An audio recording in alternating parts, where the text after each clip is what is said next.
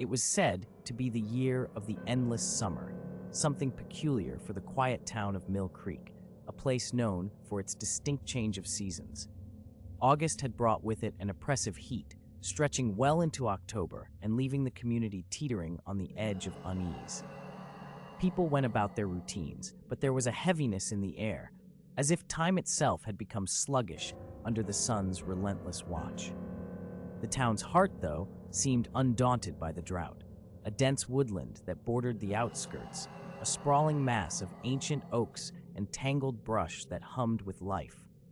Locals referred to it as the Whispering Woods, named for the way the wind would thread through the branches, carrying with it soft, sibilant voices that some swore were more than mere nature's whimsy. Teenagers would sometimes venture into the woods at dusk, daring each other to stay until the dark stole away their courage. It was an unspoken rule to never go alone and never wander too far from the well-trodden paths where the old railway tracks lay half-buried under moss and dirt. But rules, especially those fueled by fear, were sometimes broken. Ellie Mathers, a 17-year-old with a penchant for the mysterious, was captivated by the stories of the woods. More tales than one could ever tell over a campfire simmered in her mind. Whispers of ageless shadows, accounts of eerie disappearances where people simply vanished without a trace, swallowed by the green depths. She'd heard the adults talking about the latest in a line of disappearances that hadn't happened in decades. A man named Henry Belford, gone now for nearly a month. The town buzzed with theories and dread-drenched speculation. Ellie, however, was undeterred, finding excitement in the tales that would have others quivering under their covers. When her best friend, Sarah, canceled their plans to explore the woods one afternoon, Ellie felt an insistent tug to go alone. Feeling a thrill dance down her spine, she slipped away, promising to meet Sarah later, maybe with her own story of whispers and shadows. As she stepped into the woods, the heat was starkly tempered by the canopy overhead, creating an unsettling warmth filled with unseen movements and nearly imperceptible whispers. Ellie ventured deeper, straying from the narrow path in search of the forgotten tracks. The woods seemed to breathe around her, alive with a disorienting energy that both pulled her in and set her on edge. The whistle of an imagined tune reached her ears, a soft, lulled melody that seemed to come from nowhere and everywhere. Ellie paused, certain it was a trick of her mind, a conjured song shaped by nervous anticipation. Her instincts told her to tread back to safer grounds, yet curiosity dismissed the thought, pushing her forward. Then, a rustle ahead. Ellie froze, her heart skipping before settling into a wild cadence. It was a rabbit, perhaps, a deer startled by a trespasser's tread, she assured herself with false bravado. But when she finally convinced her feet to move once more, her gaze fell upon something that made her breath catch.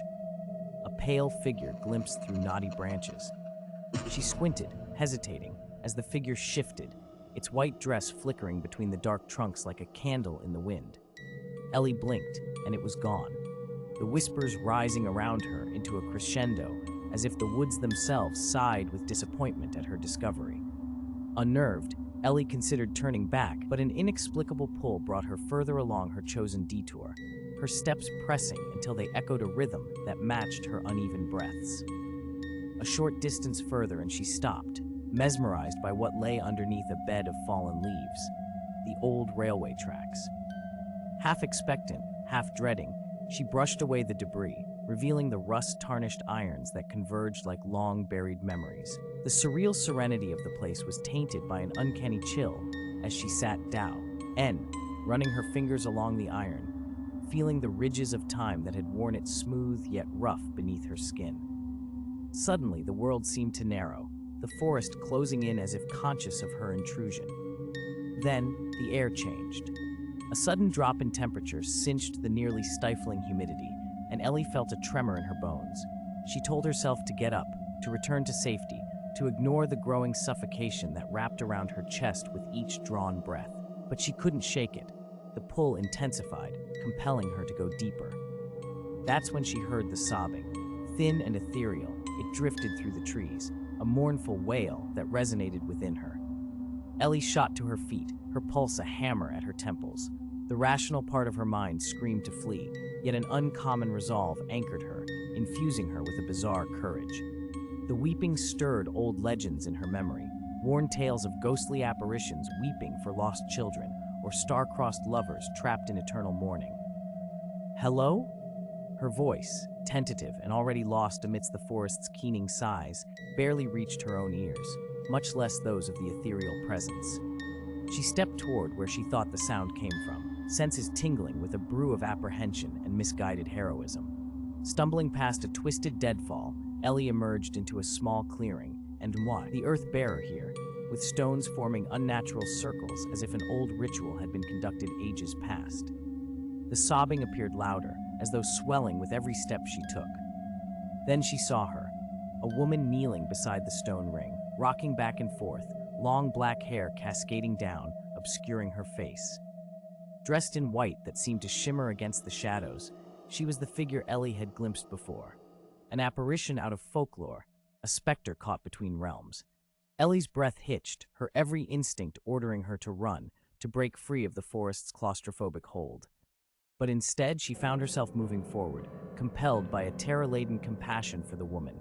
As if sensing her approach, the weeping stopped, and the woman stilled, turning a face towards Ellie that was spectral and pale. Eyes that seemed too deep, too knowing, locked on hers.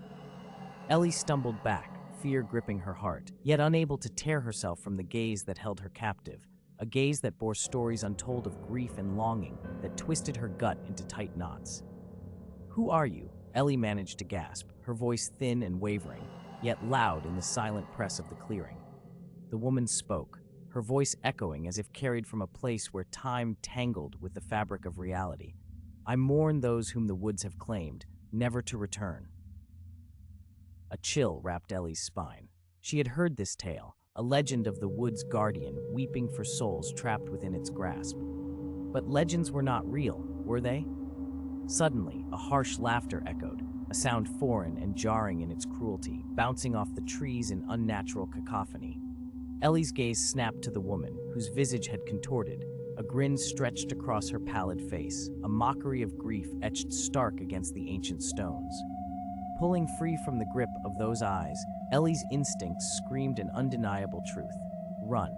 As if surfacing from a dream, Ellie turned, pumping her legs, propelling herself heedlessly through the maze of gnarled roots and shadowed trees. Behind her, the laughter grew, distorted with each step she took, an inhuman sound that hung in the heavy air and pounded against the back of her skull. The forest seemed alive, its branches clawing at her, the whispers rising to a frenetic pitch as if urging the chase onwards. Fear fueled her sprint, but the trees loomed thick, slowing her frantic progress.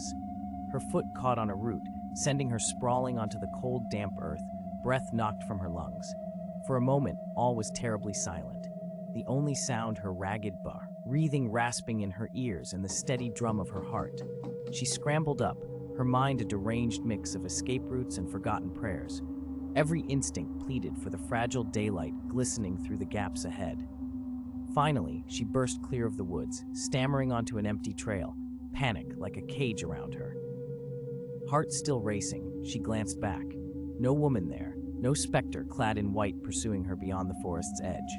Only the quiet breath of the woods and the sighing wind. She stood gasping, adrenaline filling the gaps where her reasoning once was.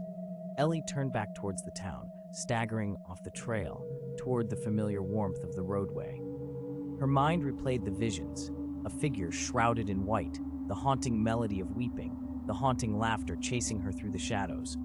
Back in Mill Creek, Ellie never spoke of her encounter, not directly. There were no tales told or stories exchanged, only hushed warnings, suggestions clinging to campfire tales. But the look in her eyes told another story, glimpsed only by those who dared to meet her gaze. A fear lingered therein, chilling and unspoken, infused with the weight of legend and the unknown, a warning carved from shared understanding. A legend continued. For Mill Creek and those who dwelt alongside the whispering woods, the stories persisted, of the vanishing tracks, the mournful cries, and the cursed laughter ringing through the dark thickets. A whisper of uneasy ceasefire, where unknown paths hid lurking shadows, tales as old as twilight itself, as chilling as the touch of a hand on a trembling shoulder when no one should stand behind you. In the end, Ellie couldn't escape the woods altogether. A part of her entwined eternally with the pulling whispers, where legends breathe and truth hides entangled in the roots of ancient fears.